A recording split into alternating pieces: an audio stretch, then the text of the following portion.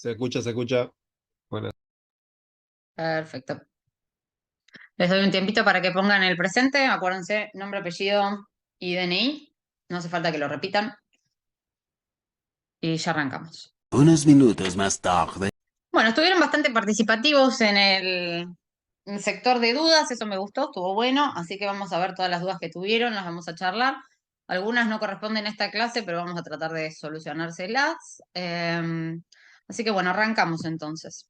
Anestesia para técnicos, inhalatorios 2, clase de dudas. La primera fue: hola, profe, buenas noches. Me quedó la duda con el alotano. En uno de los PDFs que hablaba del alotano dice que no se puede usar en obstetricia, pero sí en dilatación uterina, y a su vez le puede hacer mal al feto. ¿Se puede o no se puede usar alotano? A ver, participen, digan, y yo después les digo la respuesta. ¿Qué pasa con los halogelados en obstetricia, más que nada? En general, halogelados en obstetricia. ¿Se usan o no se usan?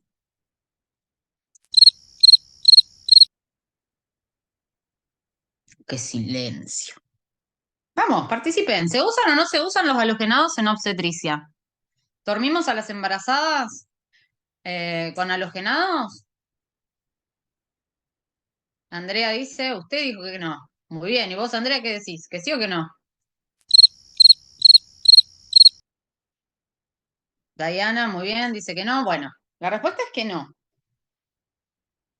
El tema es el siguiente. Está demostrado en ratas que los halogenados en general pueden llegar a producir algún efecto teratogénico en los fetitos de las ratas, ¿sí? Pero no está comprobado, ¿sí?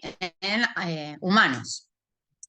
Si bien esto es así, uno tiende a utilizar la opción que sabemos ya de antemano, que es la más segura, que es TIVA, ¿sí?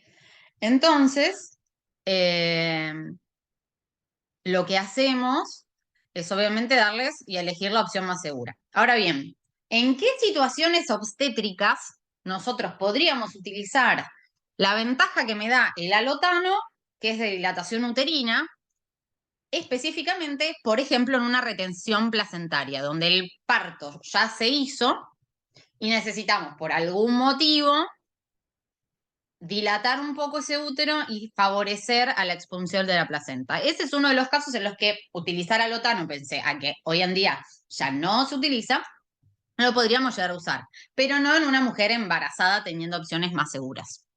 ¿Respondimos la pregunta?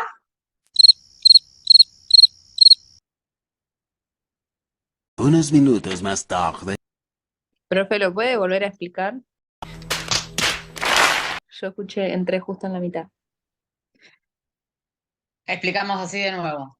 Básicamente, todos los halogenados en ratas producen efectos teratogénicos. En humanos no se ha demostrado, pero teniendo opciones mucho más seguras, como la anestesia total endovenosa, lo que uno le va a ofrecer a las pacientes obstétricas prioritariamente siempre es lo más seguro, que es la anestesia total endovenosa. Sin embargo, hay determinadas circunstancias en las que uno, a una paciente obstétrica no embarazada, sino que ya tuvo al niño, ya parió, y tuvo, por ejemplo, una retención placentaria, una de las opciones es, por ejemplo, darle salotano para permitir una dilatación uterina y tratar de que con eso expulse la placenta, por ejemplo. Pero no se usa, ¿por qué? Porque el alotano ya se puede usar en todos los nosocomios del país. Es toda una especie de ejemplo hipotético. ¿Se entendió?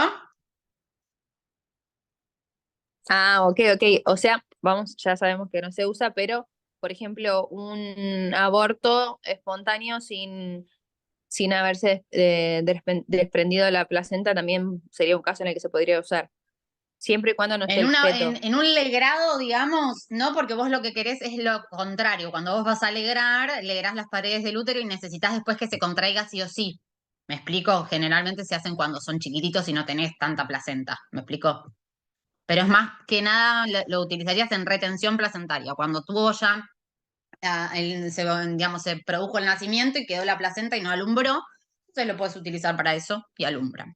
También se usa bolitos de NTG para dilatar el cuello y demás, que son así como unos truquillos anestésicos, pero se podría usar alotano para eso. ¿Sí? Ok, ahora sí. Bueno, seguimos con la próxima pregunta. ¿Podrías explicar de nuevo? Uy, esta no nos llevo a leer, que es Salama. A ver si. Ahí está. ¿Podrías explicar de nuevo el tema de hipoxia por difusión? Que no lo entiendo del todo. Bueno, básicamente, si yo tengo cualquier gas que está en el aire, ¿no? Oxígeno, nitrógeno, bien. Y tengo óxido nitroso. ¿Cuál de, entre el oxígeno, el aire y el óxido nitroso, me refiero a aire comprimido, ¿no? ¿Cuál es el que tiene mayor difusión? El que va a entrar mucho más rápido al alvéolo. Y después de ahí, a la circulación. Ana dice el óxido nitroso. Muy bien. De todos los que nosotros usamos, el óxido nitroso es el que tiene más difusión. Entonces, ¿qué es lo que va a pasar? Si yo le doy a un paciente óxido nitroso por mucho tiempo, se van a equiparar en el alvéolo todas las presiones con el óxido nitroso, con el oxígeno y demás. Ahora, ¿qué pasa? Cuando yo cierro la infusión de óxido nitroso, el óxido nitroso se va a escapar del alvéolo de forma más rápida que el oxígeno del aire va a ingresar. ¿Por qué? Porque es más difusible. Entonces, esa lentitud en la que entra el oxígeno conforme sale el óxido nitroso hace que se genere a aire ambiente o a aire comprimido una especie de hipoxia. ¿Por qué? Porque no llega a entrar el oxígeno suficiente a medida que el nitroso sale. ¿Cómo lo vamos a evitar? En vez de cerrar el óxido nitroso y ponerle aire comprimido al paciente, lo vamos a llevar a cierre de nitroso y oxígeno al 100%. ¿Por qué? Para garantizar que todas las moléculas que entran de gas sean oxígeno, evitando así la hipoxia. Después de unos 3-5 minutos en la que lavamos el nitroso y nos aseguramos que la mayoría, sí, produciría esa atelectasia, Ana, pero entre atelectasia e hipoxemia, gana siempre la atelectasia a favor y le haces unas mini atelectasias al paciente. Son 3 minutos igual, no va a pasar nada por 3-4 minutos que les des oxígeno. Entonces, cuando le das el oxígeno, te aseguras que entre oxígeno puro mientras el nitroso sale para evitar, obviamente, la hipoxia del paciente. ¿Se entendió? Entonces, lo correcto es cuando vamos a cerrar el óxido nitroso, cerrarlo y abrir al máximo, digamos, al 100% la fracción inspirada de oxígeno. Muy bien. ¿Para qué? Para evitar la hipoxia por difusión. ¿Por qué? Porque el nitroso sale más rápido de lo que entra el oxígeno en el aire comprimido o en el aire ambiente. Okidoki. Bueno, vamos acá. No comprendo de todo lo que es el efecto del segundo gas. Entiendo que se utiliza el óxido nitroso junto con algún agente anestésico, pero también entiendo que el nitroso es insoluble en sangre, muy bien, por lo que atraviesa la barrera hematoalveolar y se concentra en sangre mucho más rápido, pero al mismo tiempo no es tan liposoluble, por lo que permanece en sangre más tiempo. Perfecto. Hasta ahí el concepto del o de la compañera está perfecto. Pero no comprendo dónde actúa el sebo, por ejemplo. Porque también entiendo que tiene una facilidad. Hay gente esperando, me dice. Perdón, ¿eh? No me aparece nadie en la lista, pero ahí me fijo, ¿eh? No tengo a nadie para aceptar. No sé si los aceptará la secretaría, que también está como host, pero yo no lo puedo. Ah, porque no estoy como host yo. No los puedo agregar. Espérate que le vamos a mandar un mensajito. Bueno, ahí ya avisamos. Si me ponen como host, seguro los voy a poder agregar. Bueno, seguimos entonces. No comprendo dónde actúa el sebo, por ejemplo, porque tengo entendido que tiene facilidad para concentrarse en sangre y es liposoluble, por lo que se acumula en el sistema nervioso. Bien, acá hay dos cosas que tenemos que tener en cuenta. La primera es dónde actúa el sebo. El sebo va a actuar a nivel del sistema nervioso central y como es liposoluble, al cerebro, que tiene muchos lípidos, le gusta, lo atrapa y ejerce su función. Ahora bien, cuando yo hago una inducción inhalatoria con Seborane, por ejemplo, en pediatría, y lo pongo al 8%, lo que quiero hacer, por ejemplo, es en un determinado tiempo, ejemplo, 3 minutos, lograr una concentración alveolar alta para generar el efecto buscado en poco tiempo. Ahora bien, si yo no quisiera poner el sebo tan alto, y tuviera óxido nitroso, lo que puedo hacer es lo siguiente. Primero, abro con oxígeno el óxido nitroso, me aseguro de que llega al alvéolo una buena cantidad de óxido nitroso, que al ser insoluble en sangre, va a generar rápidamente aumentos de presiones en el alvéolo. Si nosotros teníamos en mente la idea de que en un recipiente las presiones parciales de todo sumaban una única presión, ¿sí? Si yo tengo la presión alta del óxido nitroso, cualquier otro agente que yo le meta va a terminar compartiendo esa misma presión. Entonces, el óxido nitroso lo que hace es preparar al alvéolo con una presión alta para que cualquier agente inhalatorio que tenga llegue rápidamente a concentraciones altas sin la necesidad de abrir a altas concentraciones el inhalatorio. ¿Me explico? ¿Dónde va a actuar el sebo, por ejemplo? En el cerebro. ¿Dónde va a actuar el isoflorano? En el cerebro. Pero el nitroso lo que hace es acelerar el tiempo en el que se lleva a cabo esa inducción anestésica, porque las altas presiones que se generan al ser insoluble en sangre arrastra, digamos, consigo a la presión del sevoflorano para ejercer más rápido su acción. ¿Se entendió? No sé quién lo preguntó, no sé si el que preguntó estaba en la charla, pero bueno. Ese es el efecto del segundo gas, que nada tiene que ver con el de hipoxia por difusión que vimos hace un ratito. Vamos a pasar. Bien, después dice, profe, cuando habla de hipertermia maligna, ¿a qué se refiere cuando habla de enfermedades relacionadas a un síndrome de hipertermia maligna parecidos o like, ¿no? ¿Que tiene posibilidades de desarrollar hipertermia maligna o que causan sintomatología similar? Y la respuesta a esta pregunta es las dos. ¿Por qué? Hipertermia maligna, esperen que voy a poner el marcador, ahí está. La hipertermia maligna se va a parecer en cuanto a clínica a una rhabdomiólisis que se puede producir por calor o ejercicio. El típico que arranca a full el gimnasio, se une a la clase de CrossFit, se mata el primer día y después aparece con orina bien oscura porque se rompió todos los músculos y va a tener poluria, digamos, ¿sí? Hematuria. La enfermedad de canales iónicos y las distrofias se van a comportar parecidas a las miopatías que son predisponentes, pero no necesariamente van a ser un síndrome de hipertermia maligna. ¿Qué quiere decir? Estas que están acá lo van a hacer sí o sí, porque está demostrado que hay un vínculo muy estrecho entre la hipertermia maligna y el multiminicore, el central core y el KIN de Buró. Pero es más frecuente encontrarse con pacientes con Duchenne y con Becker. ¿Por qué? Porque es más frecuente la patología en sí que estas patologías que son mitocondriales y demás. Entonces, ante un Duchenne o un Becker o una enfermedad de canales iónicos, lo que tenemos que hacer es despertar a nuestro cerebro y decir, pese a que no está demostrado que gatillen hipertermia maligna, tengo que estar atento y lo voy a tratar como un posible hipertermia maligna paciente susceptible para evitar, en caso de que lo sea y no esté del todo estudiado, este tipo de enfermedades. Cuando a nosotros se nos aparece, digamos, el problema, cuando el paciente todavía no tiene el diagnóstico y lo tenemos que dormir para hacer una biopsia. La biopsia es de músculo y a ese paciente uno lo va a tratar, cualquier paciente con una distrofia muscular o una miopatía, lo va a terminar tratando como un paciente susceptible de hipertermia maligna. ¿Por qué? Porque al no tener diagnóstico de si son estas o son estas, yo no me la voy a jugar y voy a decir, ay, bueno, como soy re heavy, re jodida, voy a probar a ver, le vamos a hacer el diagnóstico con un poquito de sebo. Se hace la miopatía, probablemente, se hace la hipertermia, probablemente sea una de las predisponentes. No, vamos a hacer TIVA, regional o lo que sea, pero no le vamos a hacer anestesia general balanceada. ¿Se entendió?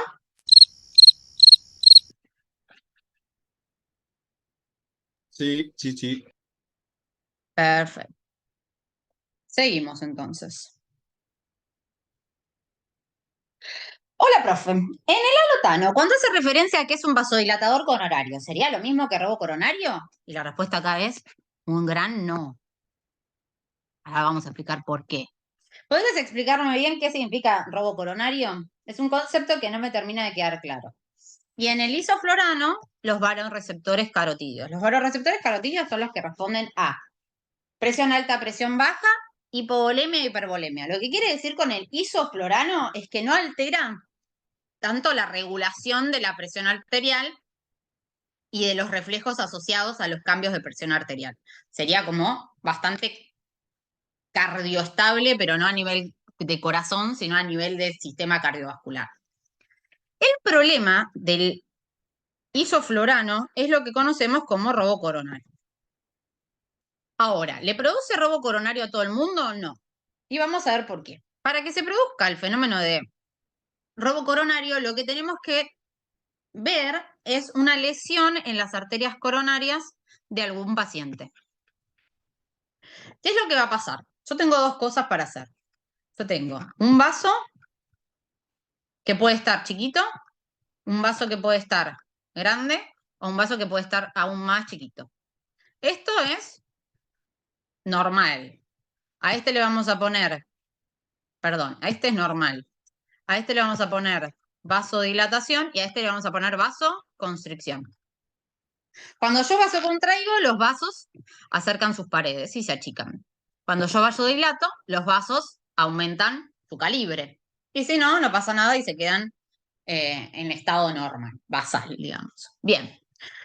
Cuando yo quiero vasodilatar, si acá venía un flujo y vasodilato, el flujo va a aumentar. ¿Por qué? Porque hay un caño más grande por el cual va a pasar agua. Entonces necesito ahí un poco más de flujo y de volumen para poder llenar ese vaso. ¿Hasta ahí se va entendiendo? El normal de las arterias tiene la posibilidad de vasocontraerse y de vasodilatarse. Cuando las arterias coronarias están afectadas por alguna enfermedad como la aterosclerosis o la ateromatosis, no van a poder responder de la misma forma a una vasoconstricción y a una vasodilatación. Y ahí viene el problema. Normalmente en un corazón sano, si yo vasodilato o vasocontraigo, el flujo de esos vasos se va a mantener constante. ¿Por qué? Porque tiene mecanismos fisiológicos normales que van a llevar a compensar el flujo para aumentarlo o para disminuirlo según se vasocontraiga o se vasodilate. Pero las que son enfermas no van a tener esa característica. Entonces, ¿cómo se produce el síndrome de robo coronario? Cuando yo vasodilato las arterias que están bien, acá va a aumentar el flujo.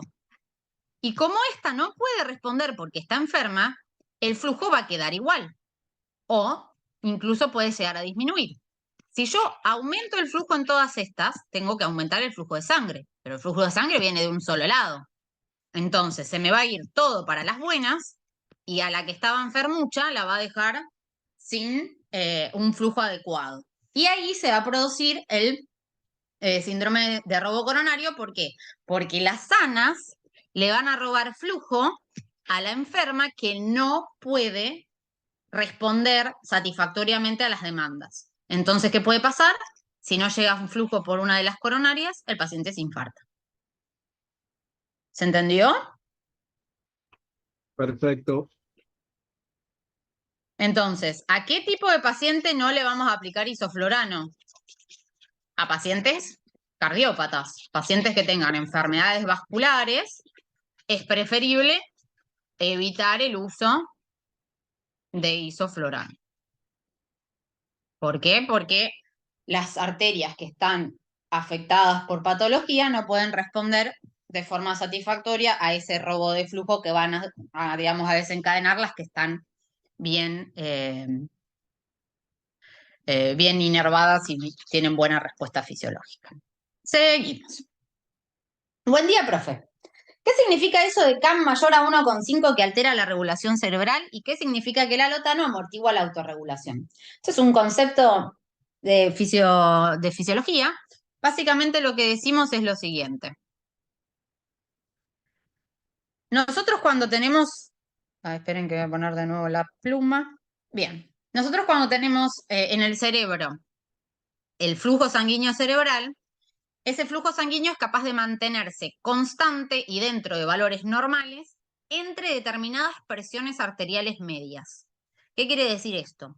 Que si un paciente tiene 60 de media o 130 de media, el flujo cerebral se va a mantener dentro de rangos normales porque el cerebro tiene la capacidad de ir regulando el flujo cerebral en una franja de presiones establecidas.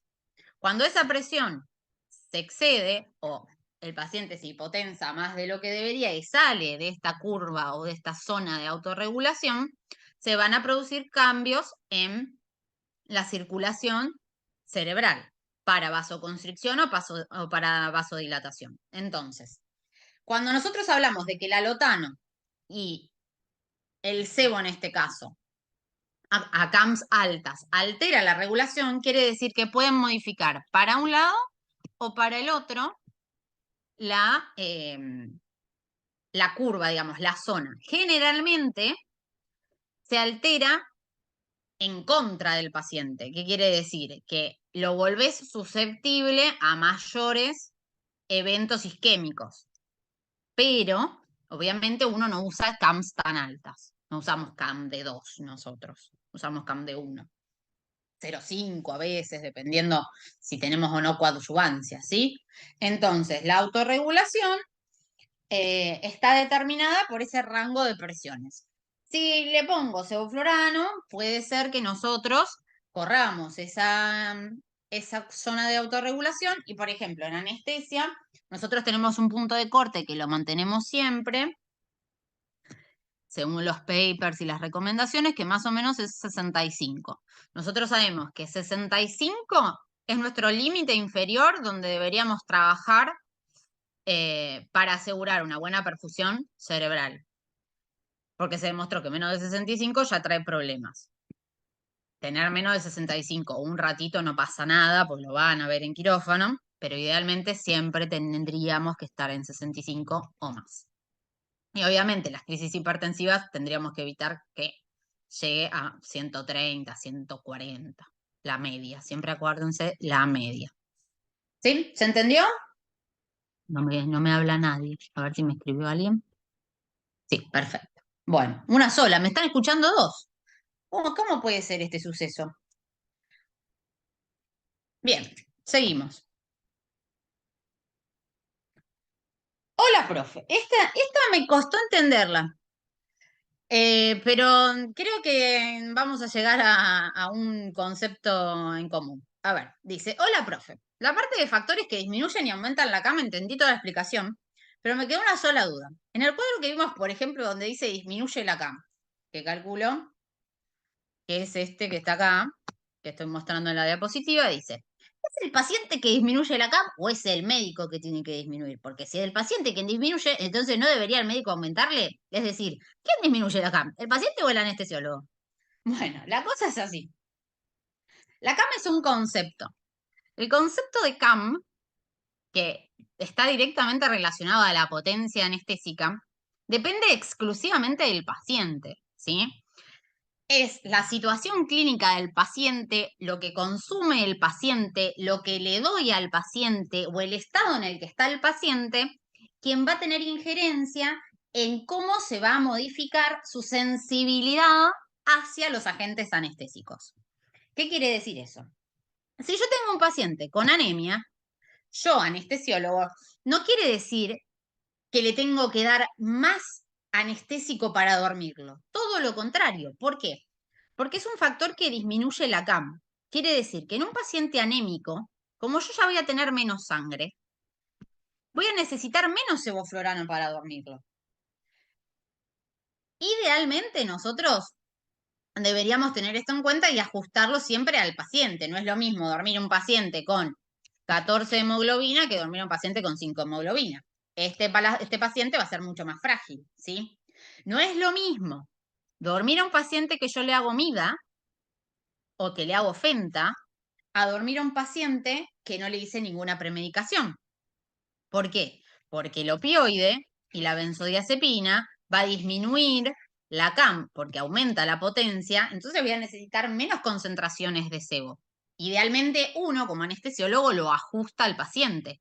Un paciente que es muy, muy longevo, anciano, vamos a ver que con 0,8 en la que abrimos el vaporizador a 0,8 el paciente está dormidísimo y si le ponemos bis es muy probable que esté en un plano profundo de bis, ¿sí? Pero el concepto que quiero que se lleven es que lo que disminuye o altera la CAM es el estado del paciente y lo que yo le doy al paciente. Yo como anestesiólogo no puedo tener injerencia en si le aumento o le bajo la CAM, porque los estados clínicos son los que van a determinar cuánto necesita mi paciente y yo lo voy a adaptar en cuanto yo le voy a entregar. Pero lo que me lo determina es el estado clínico del paciente. ¿Se entendió? Sí, sí.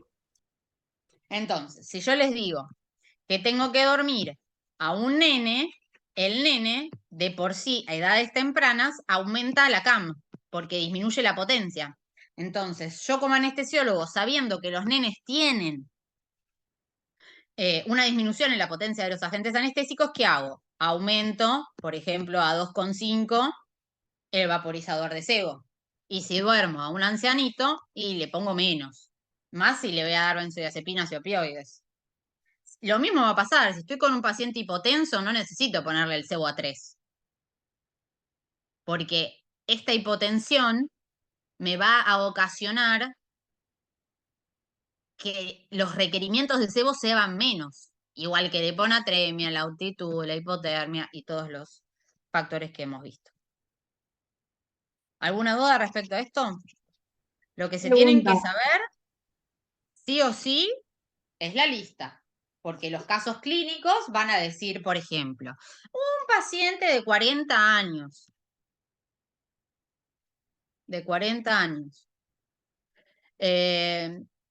en coma alcohólico. El coma alcohólico es una situación aguda, ¿no? Sí, sí.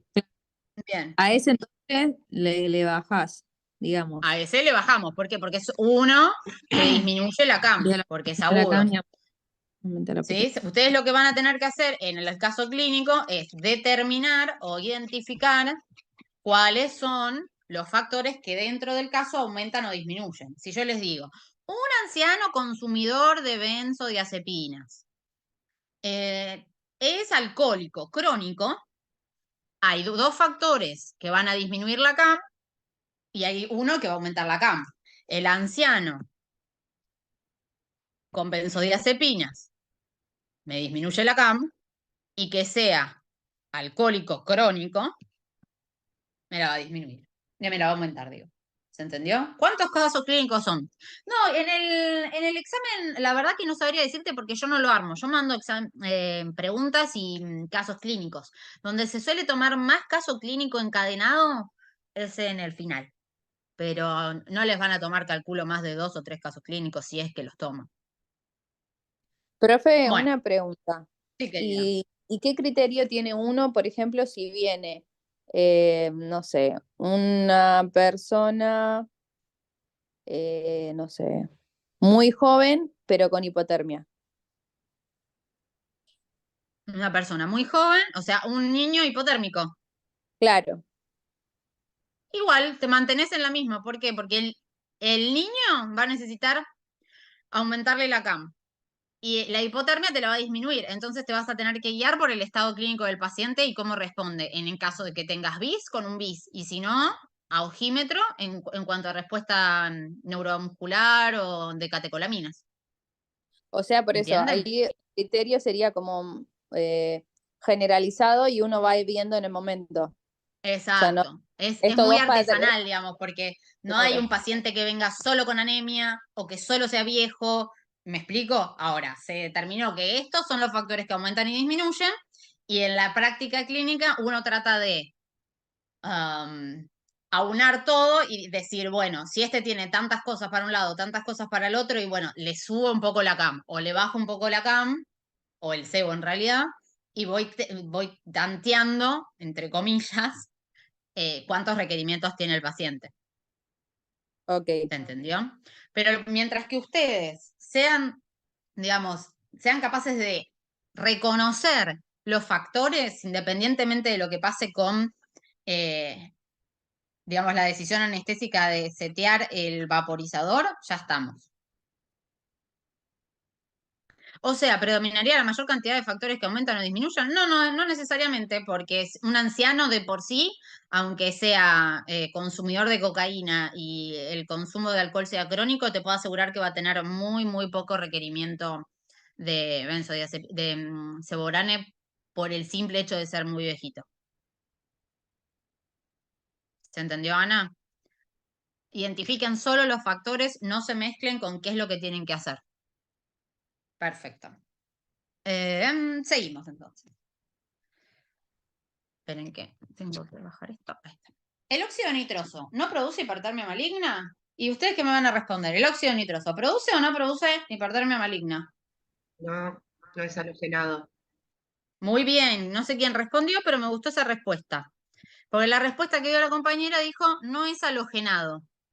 Y esa es la clave, halogenados. Despolarizantes, succi y decametonio. Y la palabra halogenados como inhalatorios, ¿sí? Recuerden que es un gas inorgánico el óxido nitroso. Entonces, al ser inorgánico, no produce hipertermia maligna. No sé si está acá la alumna o el alumno que lo preguntó, pero bueno, eso es lo que respondemos ante su duda.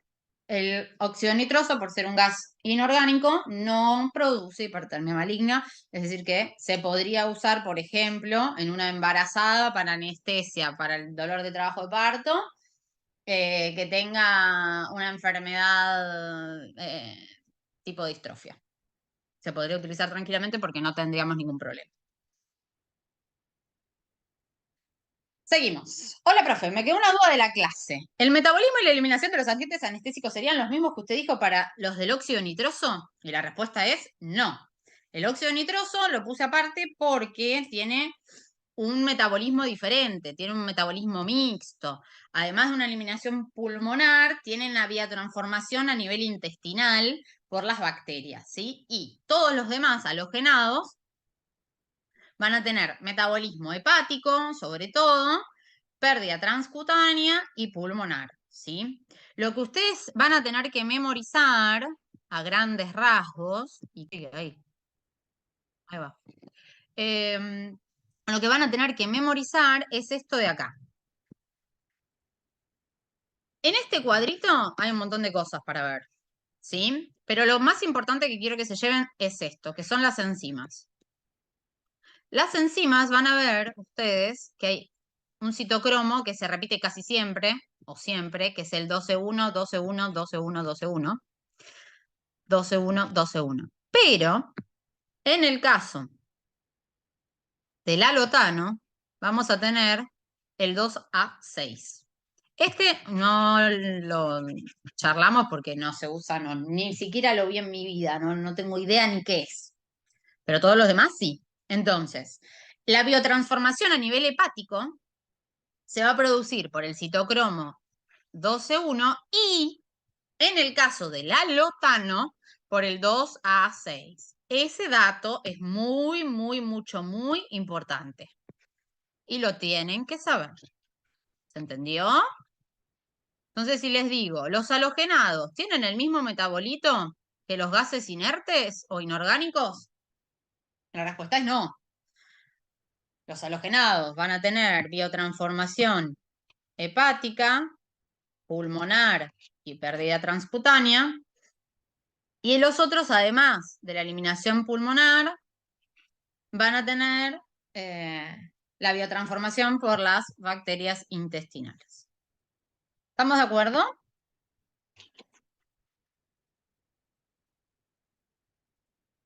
Silencio. ¿Hay alguien ahí con vida? Bien, Ana, ahí. Firme, Ana. Perfecto. Bien. Gustavo me quiere escribir acá. Gustavo, ¿qué me querés escribir en la pantalla? Me Quería querés decir tocar que el estás. micrófono y me Me salió querés eso. decir que estás. Muy bien, muy bien. Me parece perfecto. Interactúen, interactúen. Muy bien.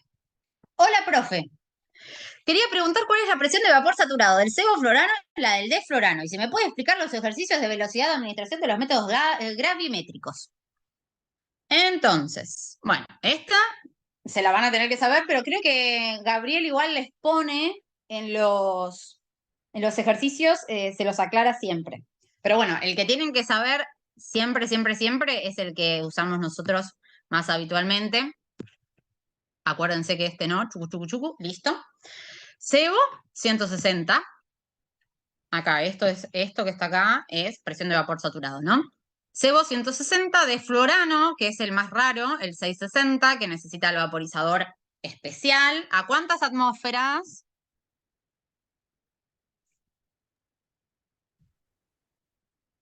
¿Dos? ¿A cuántas atmósferas? Lourdes dice 2 atmósferas. ¿Alguien manda más? ¿Da menos? Muy bien, 2 atmósferas. ¿Y cuánto de temperatura?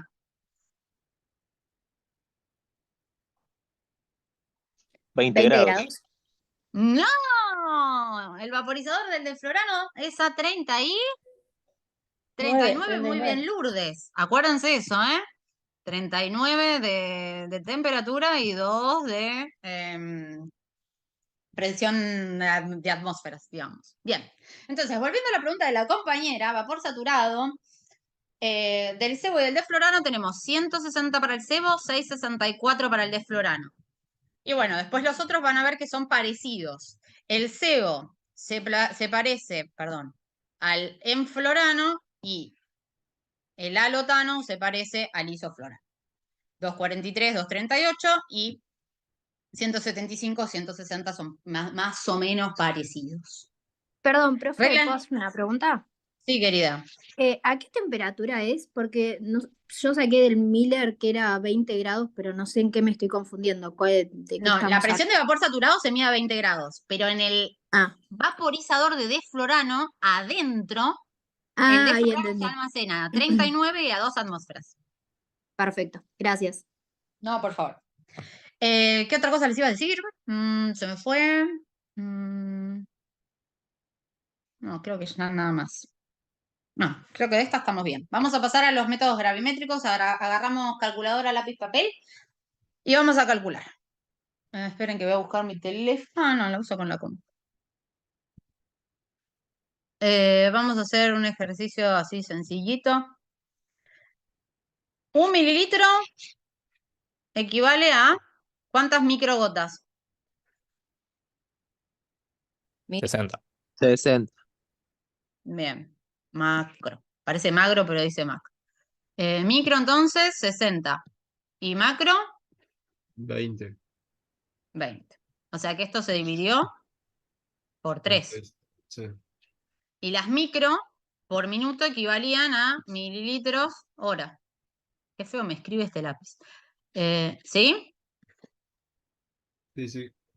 Bueno, teniendo en cuenta esto, vamos a anotar.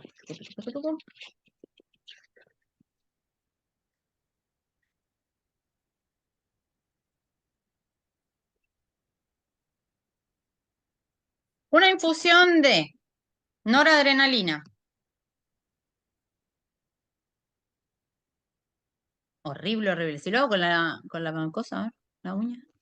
Noradrenalina, ahí está. 4 miligramos en 250 mililitros. ¿Cuál es la concentración de esa infusión, digamos?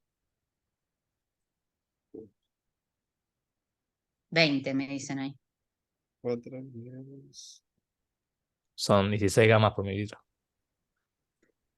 4 por 4, perfecto, 16 gramos por mililitro.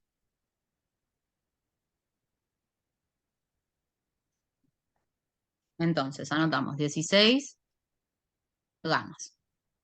Ahora bien, yo les digo que lo quiero pasar a 0,08 microgramos kilo minuto. ¿Cómo era la cuenta? ¿Se acuerdan? Teníamos que hacer tiempo de infusión o mililitros hora, dosis por 60 por el peso sobre la concentración. Vamos a ponerle al paciente 70 kilos, que es como lo más frecuente. Todos lo sacamos por 70. Bien. ¿Y ustedes qué me van a decir?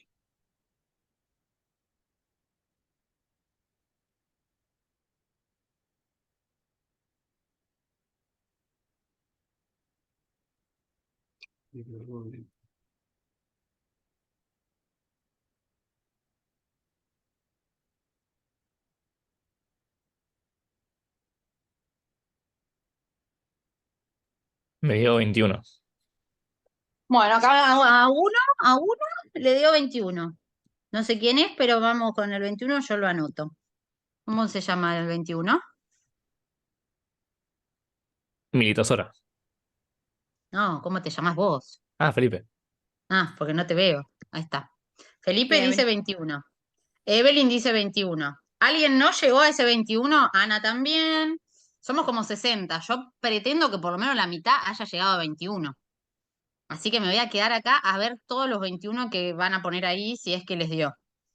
Porque si no, estamos en un problema. Es la cuenta más sencilla que les puedo ofrecer. Lo que tenemos que hacer Profe, es... Sí, querida. yo entendí que los 0,08 microgramos por kilo era la dosis, ¿no? Claro, Pero no sé de dónde salió. ¿Ese dato lo dio usted? claro, yo lo digo. Ah, listo, listo, listo. Acuérdense que siempre van a tener un dato que falta y todos los demás tienen que estar. Está el peso, está la dosis, el 60 viene por fórmula y la concentración. Ustedes me tienen que decir mililitros hora, que es el tiempo en la velocidad de infusión, más que el tiempo. Velocidad, vamos a poner. Entonces, la dosis era 0,08 por 60 por 70 sobre 16. Y el 16 salió de acá. Hay alguien que lo está haciendo, muy bien. Entonces, si yo hago 0,08 por 60 por 70, eso me da 336. Si yo lo divido por 16, me da lo que dijo acá el compañero Felipe y muchos otros en el chat, 21 mililitros hora. Vamos a hacer uno más. Borro.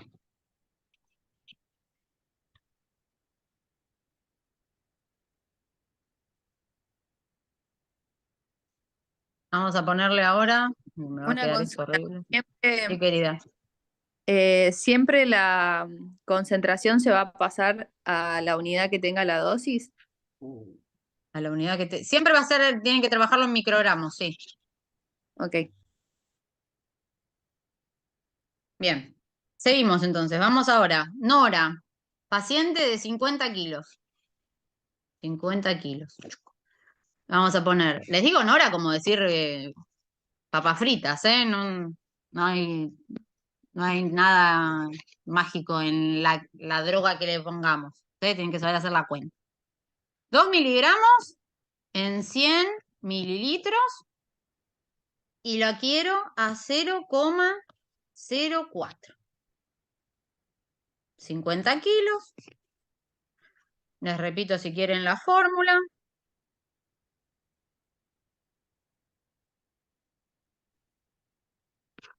Velocidad, chucu chucu.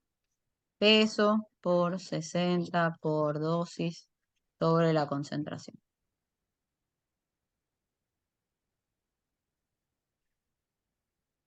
¿Cuánto les da? La concentración me interesa primero. ¿Cuál es la concentración de esa solución? 20 gamas. 20 gamas. Muy bien. Y entonces la velocidad, 6. 6.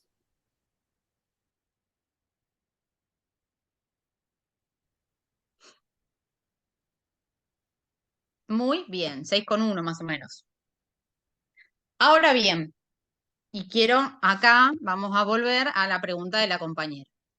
Esto que está acá, que nos dio 21 mililitros hora y 6 mililitros hora, ¿correcto? Está en bomba. Y la compa pregunto, o el compa, por métodos gravimétricos.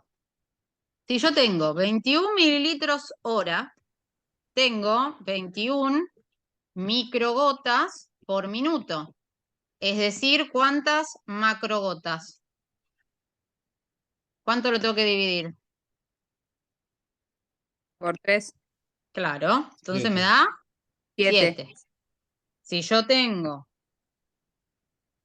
6 mililitros hora, tengo 6 microgotas por minuto, es decir, 2. 2 macro por minuto. Perfecto. ¿Se entendió?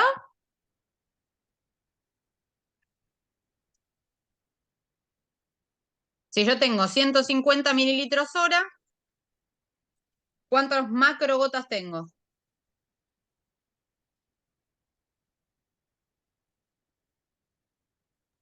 50. 150 mililitros hora. Tengo, dividido 3, 50 macros. ¿Estamos de acuerdo? Y si yo tuviera como dato macrogotas, lo tengo Sí. que pasar Lo multiplicás eh, por 3. a volumen, a milímetros hora. Primero paso a milímetros Mililitros. Haces así, por ejemplo. 30 macro por 3 son 90 macros, 90 micros que es lo por mismo que minuto. decir 90 mililitros hora. Exacto. Ah, ok. ¿Estamos de acuerdo? Seguimos. ¿Podría mandarnos ejercicios para el vaporizador? Bueno, esta ya no me incumbe, pero un poquito les voy a explicar. Nosotros tenemos, a ver qué dicen acá, 50-50, perfecto, listo. Nosotros tenemos acá tablas que no son del Miller, pero en el Miller están más o menos las mismas, con el splitting ratio. ¿Se acuerdan lo que es el splitting ratio o el radio de la fracción del fraccionamiento de lo que sería el flujo de gas fresco que ingresa? Perfecto. Bueno. Lamentablemente, no sé si, porque como no, yo no di la clase, no sé si lo tienen que saber de memoria o no. Con el tiempo se lo van a saber de memoria porque son, digamos, son 6, 7 números nada más que hay que saber. Pero creo que Gabriel les pone en los ejercicios el splitting radio ya asentado, digamos, en el ejercicio. Lo vamos a centrar hoy en sebo, alotano e isoflorano. Lo vamos a hacer con sebo primero porque es más fácil. Al 1%, el splitting es de 25, después de 12 y después de 100. Vamos a ir acá. Este es un esquemita. ¿Cuánto está entrando? Vamos a poner acá que entra 3000, por ejemplo. Si el splitting radio del 1% de isoflorano, ¿cuánto es? 1% de isoflorano. 25. Pero lo acabo de marcar. ¿Cuánto es? 1% isoflorano. Ah, 44. Ah, muy bien. Estamos de acuerdo, ¿no? Empiezo con ese porque lo tengo primero a ese puesto. Entonces, 1%, el splitting es de 44, ¿no? Sí. Entonces, 3000, ¿por cuánto lo divido? Por 44. Muy bien.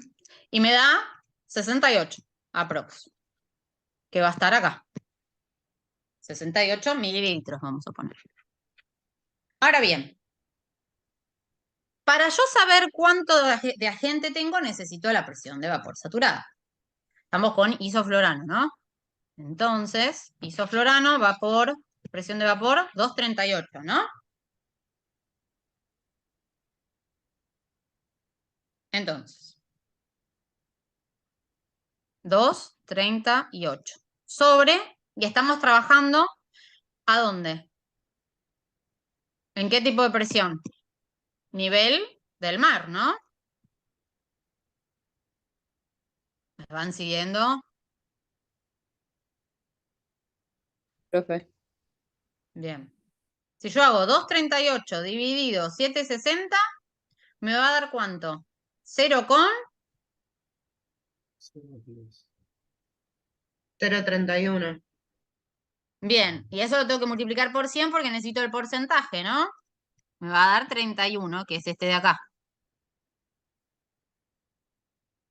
31 es por ciento.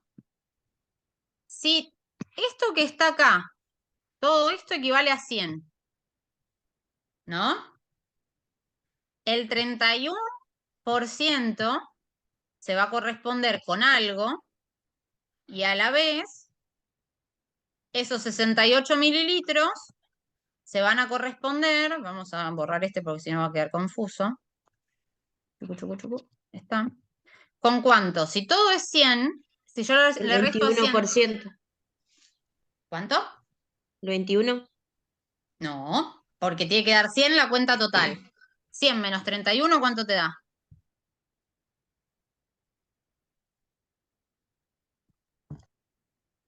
69. Muy bien. Entonces, recapitulamos. A ver, esperen que voy a leer el chat. Perfecto. Bien. Vamos a poner otro color. Entonces, de 3.000 que entraban, yo sé que tengo un splitting radio de 44 porque estoy trabajando con isoflorano al 1%. Teniendo en cuenta eso, yo este número que entra lo divido por 44 y me va a dar el flujo que va para la cámara de bypass. Ese flujo de la cámara de bypass se queda ahí hasta tanto averiguo cuánto voy a tener de agente inhalatorio. Para tener el agente inhalatorio necesito la presión de vapor saturado sobre la presión atmosférica a la que estoy trabajando. La presión de vapor saturado es 238 para el isoflorano. 760 corresponden a la presión a nivel del mar. Esto me va a dar 0,31, pero yo necesito trabajar con porcentaje. Lo multiplico por 100 y me da 31%. 31% va a ser la cantidad de isoflorano en la cámara de vaporización.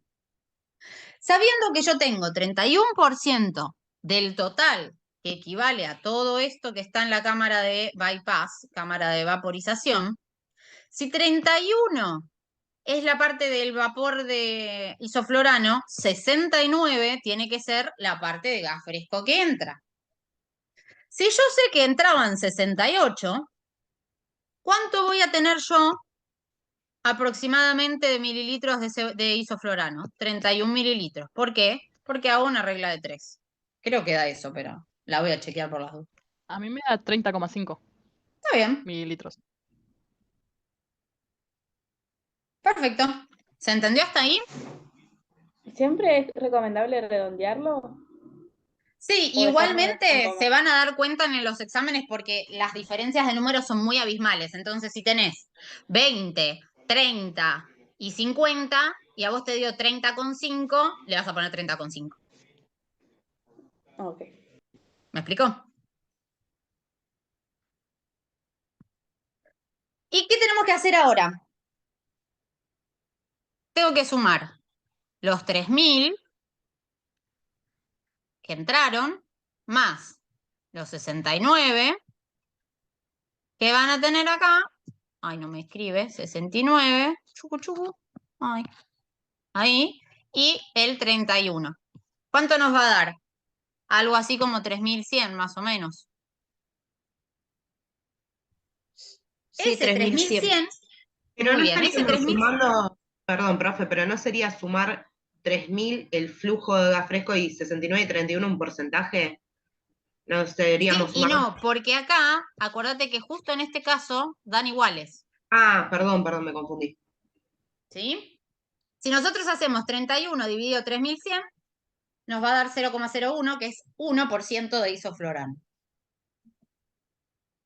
Sé que es un montón, No sé cómo lo explicó mi compa, pero bueno, vamos a pasar al próximo para ver si lo entendieron. Voy a borrar. Profe, Sí. lo que sumó los 3.000 más 69 más 31, ¿eso qué sería? El flujo total final, porque acordate que siempre es un poquito más. ¿Por qué? Porque se le añade el flujo del isoflorano, del halogenado que vaporizás. Ah, ¿y eso es sin unidades? ¿El flujo total? No, mililitros hora. Ah, mililitros. Perdón, Gracias. mililitros minuto. Me quedé con el ejercicio anterior. Bueno, vamos a este de acá. Le vamos a poner, a ver, vamos a hacerlo con exactamente los mismos números para que les quede más o menos en la misma imagen lo que hacemos. ¿Entran cuánto? 2000. ¿Con un splitting radio de cuánto?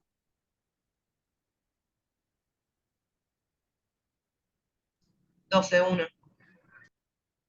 ¿Qué hago con el 2000 y el 12? Se divide. ¿Cuánto me da? Vamos, participen. 150 redondeando. 166 como algo. Muy bien, 166. Eso es lo que va para la cámara de vaporización. Perfecto.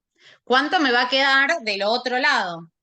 166 menos los 2000, que no lo hice en el ejercicio anterior, perdón, pero bueno, va a quedar igual. 166 me da 1834. Uy, 34.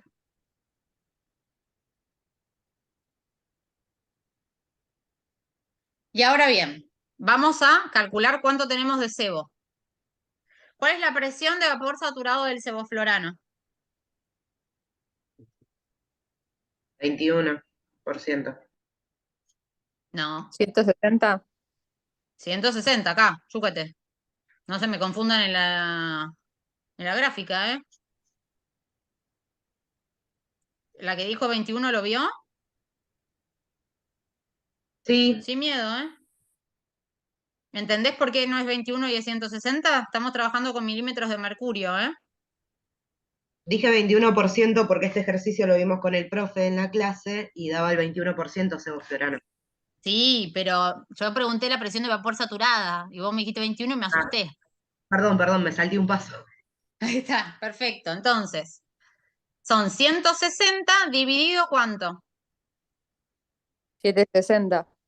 Porque estamos a aire ambiente en nivel del mar. Esto me va a dar, ahora sí, lo que dijo acá la compis. 0,21, que en porcentaje es 21. Perfecto. Si yo tengo 21% de sebo, ¿cuánto, esto que está acá, cuánto va a corresponder si todo esto es 100?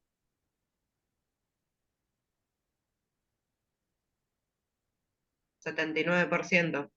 Perfecto. Entonces, hacemos regla de 3. Si 21 no sé cuánto es, pero 166 es el 79, ¿cuánto me da? Algo así como... 72,5. No me gustó. Revisá la cuenta. 21 por 166 dividido 79. Le erré, le erré. 24,1. 44,1. Muy bien. La que le erró, ¿lo entendió? Sí, sí, porque en vez de poner en la calculadora, en vez de marcar el 9, puse 71 en vez de 79. Muy bien, muy bien. Entonces, estos van a ser los 44 que corresponden al sebo. 44 mililitros. Y ahí le sumamos lo que entra por la cámara que no es la de bypass, lo que entra a la cámara de vaporización, más lo que sale de sebo, le ponemos 20-40 como a grandes rasgos. Suponiendo que es el 20-40 que nos da ahí, yo lo tengo que dividir al sebo que me daba 40. O 44 si quieren, que es más acorde a lo que estuvimos viendo. Esto que está acá les tendría que dar el 2% de seborane. ¿Se entendió? Profe, yo no entendí lo último. Cuando vos Esto querés capaz es- calcular qué es lo que sale y qué es lo que entra, espérate que te borro acá, vos haces así.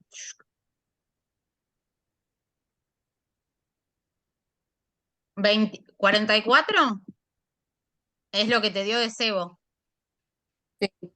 Y lo que va a salir de flujo total, en este caso, sin hacer todas estas cuentas, solamente me centro en este ejercicio, 20-40. Si vos lo dividís, ¿cuánto te da?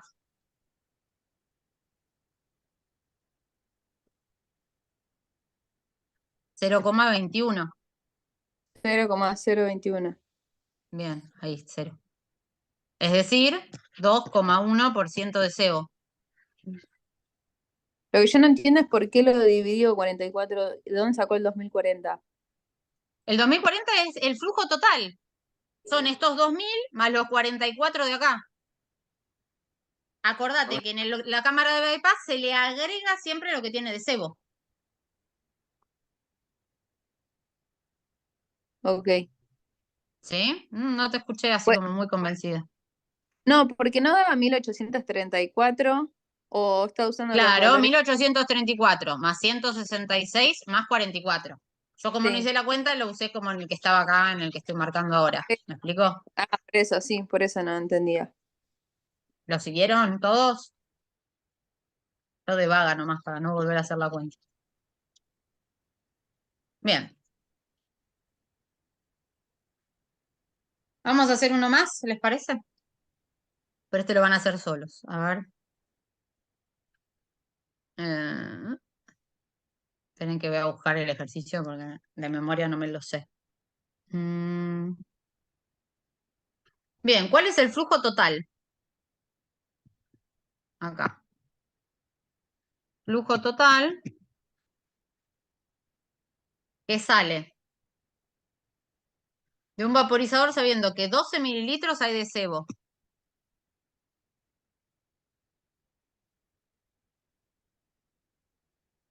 Al 2%, cuyo splitting radio es 12,1. Bueno, a ver, vamos a hacerlo juntos. ¿Cuál es la presión de vapor saturado del sebo? 160. Bien. Sobre 760. Esto me va a dar 21%. ¿Que equivalen a qué los 21%? Que ya lo dice el enunciado. A 12 mililitros. Muy bien, a 12 mililitros. Si todo esto me da 100 y yo acá tengo el 21, ¿cuánto voy a tener acá?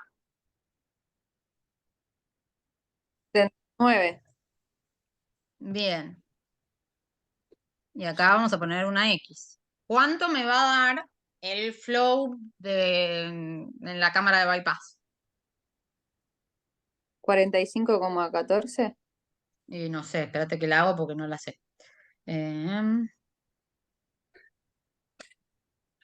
Muy bien.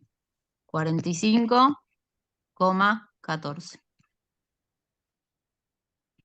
Ahí está. Entonces, 45,14. Vamos a ponerle 45 para que sea más amigable con todos y sobre todo con mi pluma que no me anda muy bien. Bien. Y necesitamos saber que esto, y acá viene la parte interesante, ¿qué hacíamos con este número que estaba acá para obtener este de acá? Se dividía ¿Por cuánto? por 12. ¿Por qué? Sin Así miedo.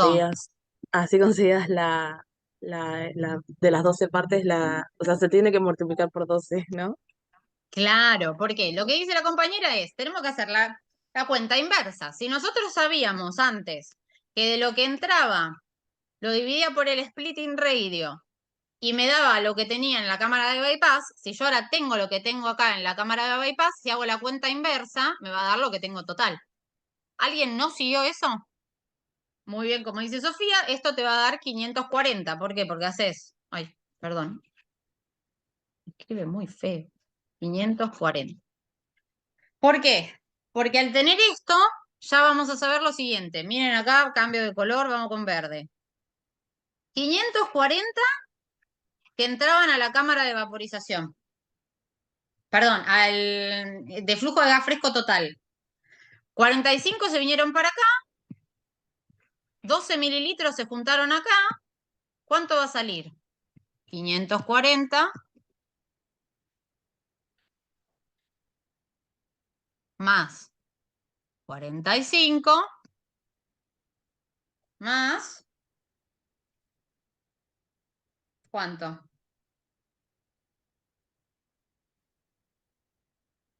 Más 12, Bien. ¿Cuánto les da 597. 597. Bien, pero hay una trampa.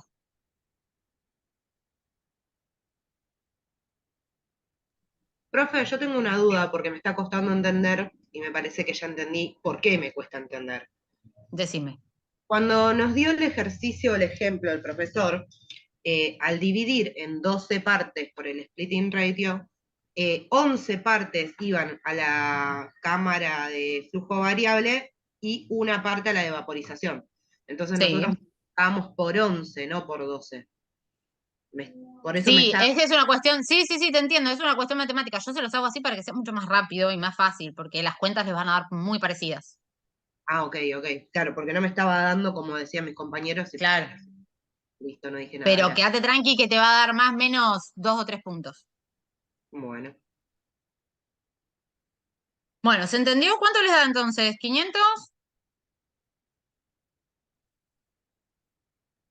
97, 597. Perfecto. ¿Se entendió? Profe, una consulta. ¿No Sí. tendría que ser 495 más 45 más 12? O sea, lo que va por la cámara de Claro, bypass. exacto, sí, es por lo que decía la compañera, que unas son 11 partes y las otras, pero yo se los hago solamente para hacerlo más rápido, lo hago con 12, directamente para hacerlo más didáctico y para que lo entiendan, porque las cuentas les va a dar muy parecidas, solamente por eso. ¿Sí? ¿Se entendió? Ah, este no es mío. Por eso yo les decía que siempre les recomendaba que se evacúen la duda con el mismo que les explicó por primera vez, para que no pase esto de esa especie de ambigüedad. Claro, claro. Sí, porque pensé que tipo en la suma se hacía. ¿No tendría que igual dar 557? Ya te digo, espérate. Que lo hago 100% bien. Tucu, tucu. Sí, sí. No, joya. Porque Ahí estaba en la está. duda, por eso. Perfecto. Bueno, ¿hasta ahí se entendió? Y ahora viene la parte más difícil, que no sé si se las explicaron o no, pero flashearon y me preguntaron esto de aquí. ¿Qué pasa con situaciones hipováricas e hiperbáricas con un vaporizador? ¿Se los explicaron o no? No, eso no lo explicaron. Bueno, no sé de dónde lo sacaron acá, qué compañero preguntó, pero bueno, les voy a explicar básicamente en qué consiste eso. A grandes rasgos lo que se tienen que llevar es lo siguiente. En una situación hipovárica, repito, hipovárica quiere decir por debajo de 760 de presión, ¿sí? No me. Sí, profe, sí. Ah, bien. Van a tener una cam más baja de lo que uno suele setear. Perdón, una cam más alta de lo que uno suele setear. Y en una situación hiperbárica, como está acá, van a tener una cam y un porcentaje de ese volumen más bajo del que uno suele setear. Vamos a hacer las cuentas para que se den una idea. Miren acá. Nosotros sabíamos que la presión de vapor saturado del sevoflorano era 160, ¿no? Y lo dividíamos siempre por ¿cuánto?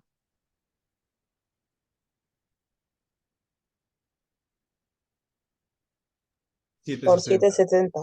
760 porque estábamos a nivel del mar. El problema es que en una situación hipovárica va a ser, por ejemplo, como dice ahí, 500 milímetros de mercurio, porque estamos en una situación hipovárica.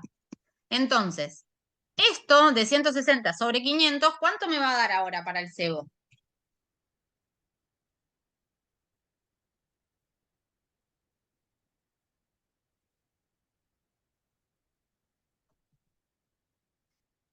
$32. Claro, 32%. Para lo que antes era siempre 21, 21, 21, en una situación hipovárica voy a tener más porcentaje de sebo en la cámara de vaporización. ¿Hasta ahí se entendió? Sí. Bien. Si yo tengo 32%, el porcentaje total va a ser 68 para llegar a ese 100. ¿Hasta ahí se entendió? Sí, sí. Sí. Bien, cuando nosotros hacemos todas las cuentas, nos vamos a dar cuenta que la CAM total que me da para este tipo de ejercicio va a ser 1,8. ¿Se acuerdan cómo llegábamos a la CAM de 1,8? Dividiendo a lo último, ¿se acuerdan de acá? Tiqui, tiqui. Ah, lo Así borré por todos. el... Que teníamos Sí. que multiplicar lo que estaba acá por el de acá para que me dé el porcentaje. Era el último del flujo por la cantidad. Sería 32 sobre y el flujo total que va a salir por esta cámara. ¿Se acuerdan? Esa cuenta me va a dar 1,8. ¿Y para cuánto había seteado yo el cebo? Según el ejercicio de acá. Uy, esperen que se los borro. Tucu, tucu. ¿En cuánto estaba fijado? 1%. Claro, entonces, en una situación hipovárica, ¿qué va a pasar? Se va a vaporizar más sebo del que uno quiere. Pero eso no implica que al paciente le llega más y lo duermo más. ¿Por qué? Porque lo que define es la presión parcial a nivel del alvéolo. ¿Se acuerdan de eso, no? Entonces, a grandes rasgos, lo mismo pasa acá. Miren acá.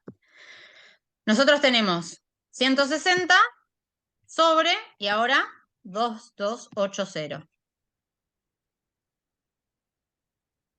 ¿Cuánto me da eso de seborane? 57%.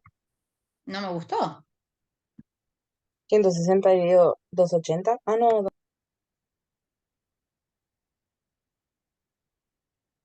¿Ahora cuánto te dio? 7, 7. Muy bien, 7, que es el 7 que está acá. Muy bien.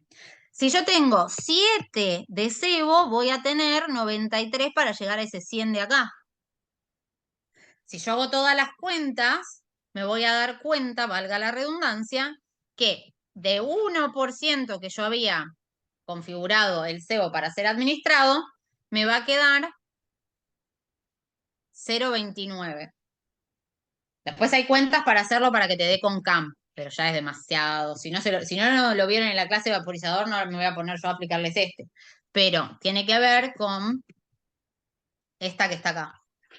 Para el seborane, la presión a una MAC es de 16 milímetros de mercurio. Entonces, cuando nosotros tenemos la presión en milímetros de mercurio de la cantidad del sebo, lo dividimos por ese 16 que es para la MAC y te sale la MAC. Entonces tenés de 0,5 de MAC original, vos vas a estar entregando 0,41. De 0,5 de MAC original, vos vas a estar entregando 0,6. ¿Sí? Es muy técnico ya, pero a grandes rasgos lo que tienen que saber es que en una situación hipovárica se entrega más CAM y que en una situación hiperbárica se entrega menos. Independientemente de eso, el paciente se va a dormir igual porque lo que vale es lo que dijimos de la presión alveolar. No se tiene que modificar nada porque en ese sentido el vaporizador y el paciente van a tener lo mismo para entregar a grandes rasgos, ¿sí? Si voy a hacerlo en la quiaca, no importa, lo voy a setear igual a al mismo dial de siempre porque la potencia es mínima la potencia que se modifica, ¿sí? Obviamente se modifica para arriba y para abajo, pero a nivel clínico es muy, digamos, despreciable, por así decirlo. ¿Se entendió? No sé quién lo preguntó, pero a ver si lo entendieron. Sí, yo lo pregunté, profe, porque ¿De lo había dónde sacaste? leído, porque vi unos parciales y hace una pregunta con respecto a las situaciones hipováricas. Capaz que Ah, este no es el mira. caso, pero como yo leí el PDF, el capítulo del Miller, quería Sí. sacarme la duda, porque Está bien, está no, perfecto. ¿Más o menos lo entendiste? sí, o sea, era lo que yo había más o menos pensado, pero Exacto, más o prefería menos lo que habías puesto en preguntarlo. la pregunta. Ah, ok, está Bueno, bien, me gracias. alegro entonces que te haya servido. ¿Alguna Dale, duda gracias. más? Si no, nos vemos en el parcial. No sé si voy a estar yo, pero... Una consulta. Profe, tengo una duda. Decime, Ana. A ver, del cuestionario de la clase 1. Mientras Ana escribe, ¿alguien tiene alguna otra pregunta? Esta diapo de las dudas, ¿va a estar subida? Sí, ya se la subí, pero le pedí que la suba mañana porque si no me iba a espolear la clase. Buenísimo, gracias. Sí, ¿qué pasó con eso, Ana? ¿Cómo lo relacionarías? La solubilidad está estrechamente vinculada, tiene una trampa eso. Acuérdate que la potencia con la solubilidad y el coeficiente sangre-gas no se relacionan, ¿sí? Por eso no lo entendés. Es capciosa.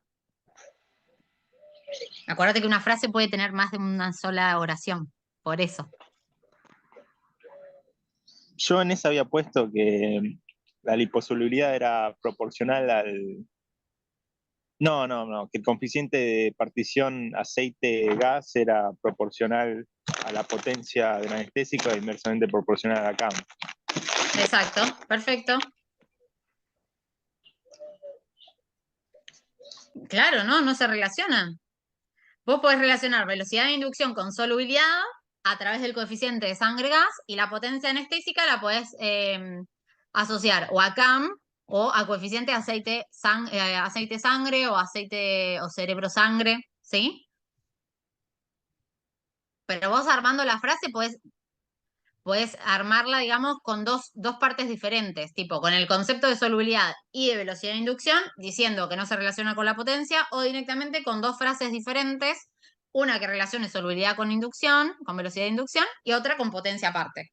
¿Me explico? Agregando lo que quieras, coeficiente de solubilidad, sangre-gas, el de potencia, el concepto de CAM, ¿me explico? Pero acordate que la potencia anestésica se mide con con el aceite sangre o con la CAM y nada tiene que ver con la solubilidad y el coeficiente de sangre-gas y la velocidad de inducción.